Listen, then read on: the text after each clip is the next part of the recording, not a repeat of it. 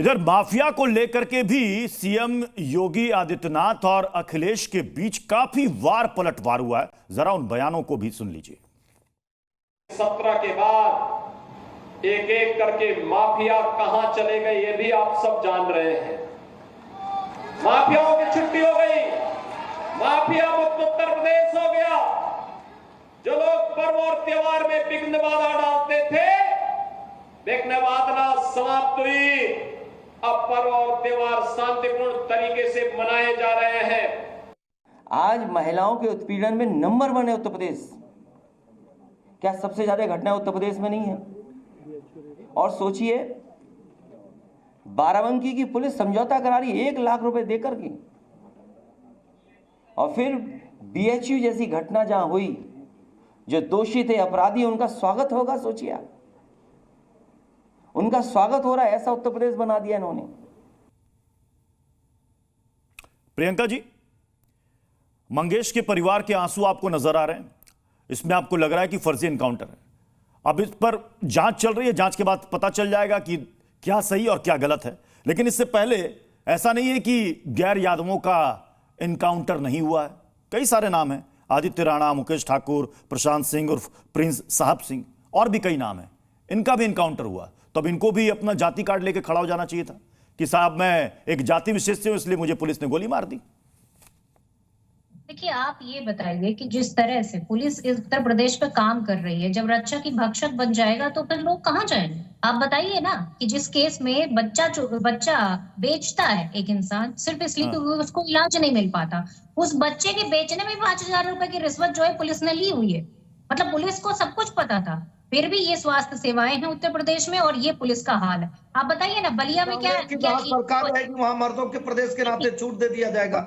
इनके एक मंत्री के बेटे के ऊपर आरोप युक्ति लगाती है और वो उस पीड़िता को न्याय नहीं मिलता है आज तक। ये तो राजस्थान में होता है, पंजाब में लोगों ने देखा ही। इनकी सरकार आते ही मादक द्रव्यों की तस्करी बढ़ गई। इनकी सरकार आते ही छत्तीसगढ़ में गेम से लेकर गोबर तक का घोटाला हो गया।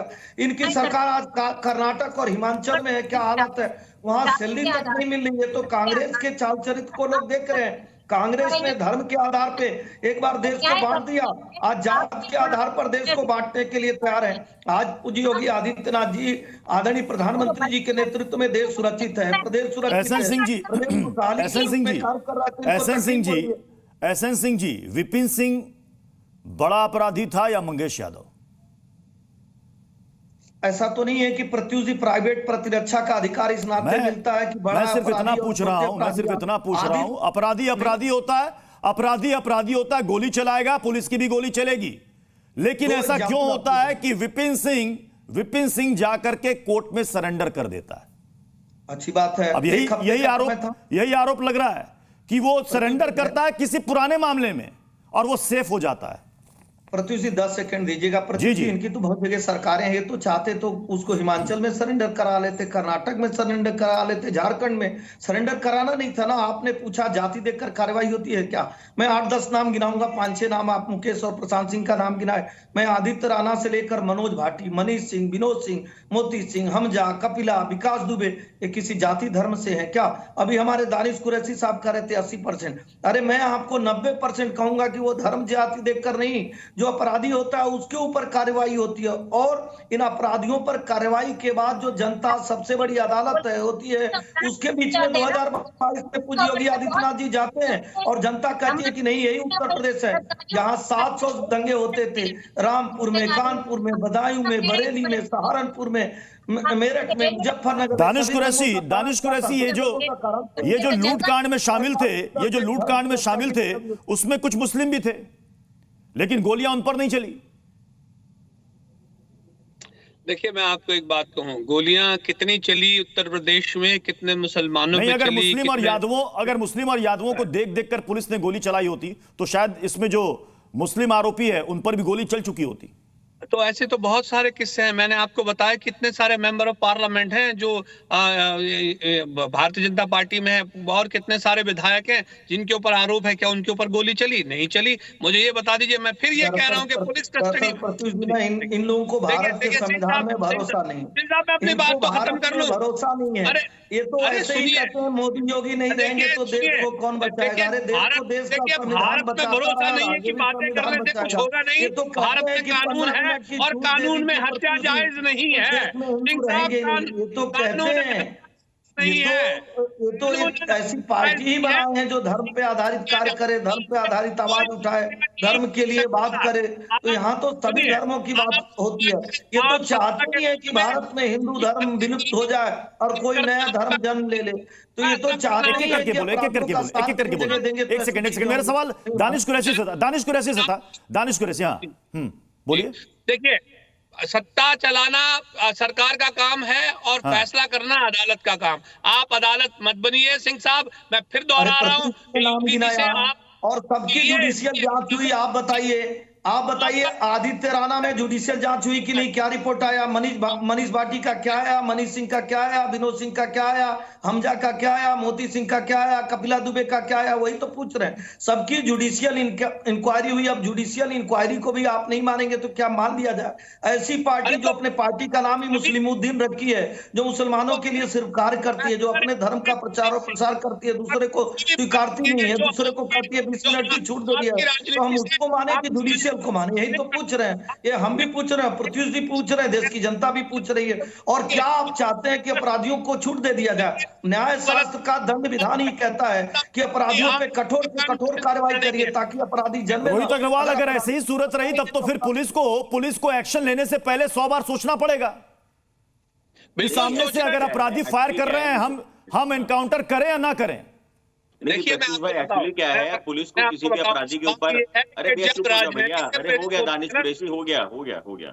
हाँ देखिए, ऐसा है प्रत्युष भाई, मुझे लगता है कि पुलिस को पहले आधार कार्ड मांगना चाहिए, उसके बाद उसको विपक्ष वालों को भेजना चाहिए। जिस तरीके से समाजवादी पार्टी के आईटी सेल में आजकल काम चल रहा है कि अगर मतलब क्या पुलिस पहले आधार कार्ड मांगे, उसके बाद कार्रवाई करे? हाँ, उसके बाद उसके बाद अखिलेश भैया को वो आधार कार्ड भेजना चाहिए कि भैया देखो इस पे कहीं कोई जाति उपजाति तुम्हारे को सूट तो नहीं कर रही है। उसके बाद फिर पुलिस को कार्रवाई करनी चाहिए, क्योंकि स्थिति ये हो चुकी है उत्तर प्रदेश के अंदर कि अब समाजवादी पार्टी का जो आईटी सेल का जो कार्यालय है, वहां पे देखा जाता है कि ट्वीट करने से पहले भैया देखो जो रिश्वत लेते हुए पकड़ा गया उसकी जाति क्या है, तभी ट्वीट करना, वरना करना मत।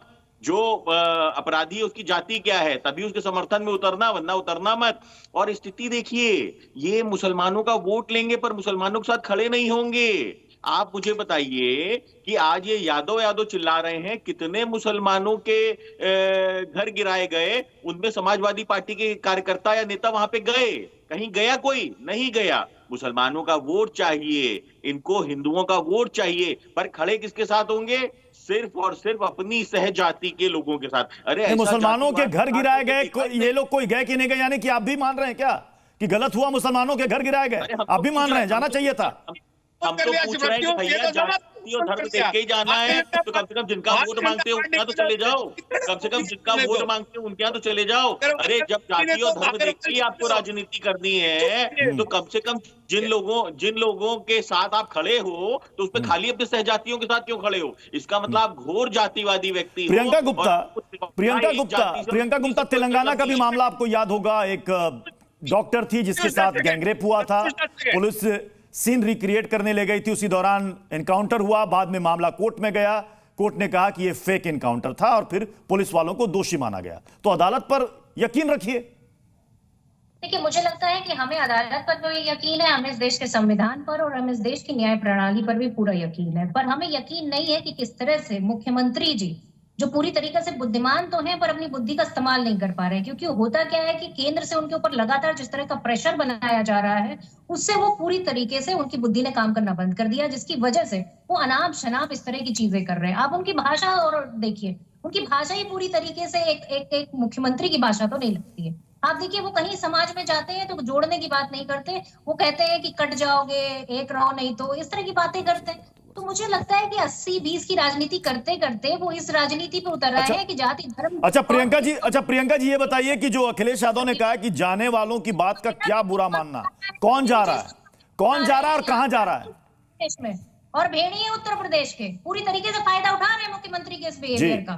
अल्पसंख्यक प्रियंका जी, जाने वालों की बात का क्या बुरा मानना, कौन जा रहा है, कहां जा रहा है? तो इनको ये भी अरे देखिए, जाने ये तो भारतीय जनता पार्टी के जो है ना बैठे जो प्रवक्ता उनसे पूछेंगे कौन कहां जा रहा है, भारत को तोड़ दिया, यही बताएंगे कि कौन कहां किसको भेज रहे हैं। लगातार भेजने की प्रक्रिया भी जारी है और भेजना है कि नहीं भेजना ये भी डिसाइड नहीं कर पा रहे हैं। लगातार आपस में मना रहे हैं कि 2027 में जनता इनको चुनने जा रही है। अरे भैया, एक व्यक्ति जो 10 साल से सत्ता के अंदर है और वो उसके बाद प्रभु का काम करने के लिए गली गली घूम रहा है, और इनको तो अपॉर्चुनिटी मिलने के बाद भी भगवान राम का विरोध किया इन्होंने। अरे भाई साहब, इस किसी के मत रहिएगा। अब आपको कोई ना जनता आपको एसएन सिंह जी कौन है जिनकी पार्टी में कोई सुनवाई नहीं होती? एसएन सिंह जी कौन है जिनकी पार्टी में सुनवाई नहीं होती? एसएन सिंह जी अब प्रत्युष जी 10 सेकंड दीजिए ना, इनको शांत करिए। अखिलेश यादव पूछ रहे हैं जिनकी पार्टी में कोई नहीं सुनता उनको छोड़ दीजिए। देखिए, आपको देखना होगा ना, पंजाब में जब इनकी सरकार रहती है तो कैप्टन साहब की और सिद्धू की लड़ाई को कौन सुनता था? कोई सुनता था? एक लोग तो राहुल जी के साथ थे, प्रियंका जी के साथ थे। राजस्थान में इनकी सरकार रही, आप देखिए ना, मुख्यमंत्री जी और डिप्टी सीएम का कौन सुनता था? कोई नहीं सुनता था। यही हाल छत्तीसगढ़ में था, यही हाल कर्नाटक में था। आज हिमाचल की जनता पूछ रही है कि भैया कोई सुनवाई क्यों नहीं हो रही? प्रत्युष जी 10 सेकंड में एक नैरेटिव गढ़ने वाली पे चर्चा करूंगा कि राहुल जी कहते कुछ और है, करते कुछ है। चुनाव के पहले वो लोकतंत्र की बात करते थे, आज लोकतंत्र की हत्या इनकी सहयोगी पार्टी पश्चिम बंगाल में कर रही है। समय कम है, मैं आखिरी कमेंट अनंत विजय सर आपसे लूंगा। अनंत विजय सर, बाई इलेक्शन से पहले जातीय जनगणना के साथ जातीय एनकाउंटर, ये एजेंडा सेट हो गया। अब हर कुछ मुझे लगता है प्रत्युष जी जाति आधारित होगी अभी उत्तर प्रदेश में अगले 2-3 महीनों में, जब तक चुनाव घोषित नहीं हो जाते हैं। कहीं कुछ भी कर लीजिए उसमें जाति ढूंढी जाएगी। क्योंकि मुझे लगता है कि अखिलेश यादव को जो लोकसभा चुनाव में सफलता चखे हैं वो उसमें जाति का योगदान बहुत अधिक है। तो अभी हर चीज जाति आधारित हो जाएगी। इसलिए आप देखिएगा इनकाउंटर भी, अपराध भी, और इसमें जब एक मतलब क्या कहते हैं उसको, ब्लाइंड फेथ, किसी ब्लाइंड सपोर्ट किसी चीज को रेदर अगर आप करने लगते हैं तो आपको एक तरफा दिखाई देता है। तो आप इसीलिए इनकाउंटर की भी जाति ढूंढी जा रही है। कल को चेन स्नैचर की जाति ढूंढी जाएगी, परसों मॉलस्टर की जाति ढूंढी जाएगी।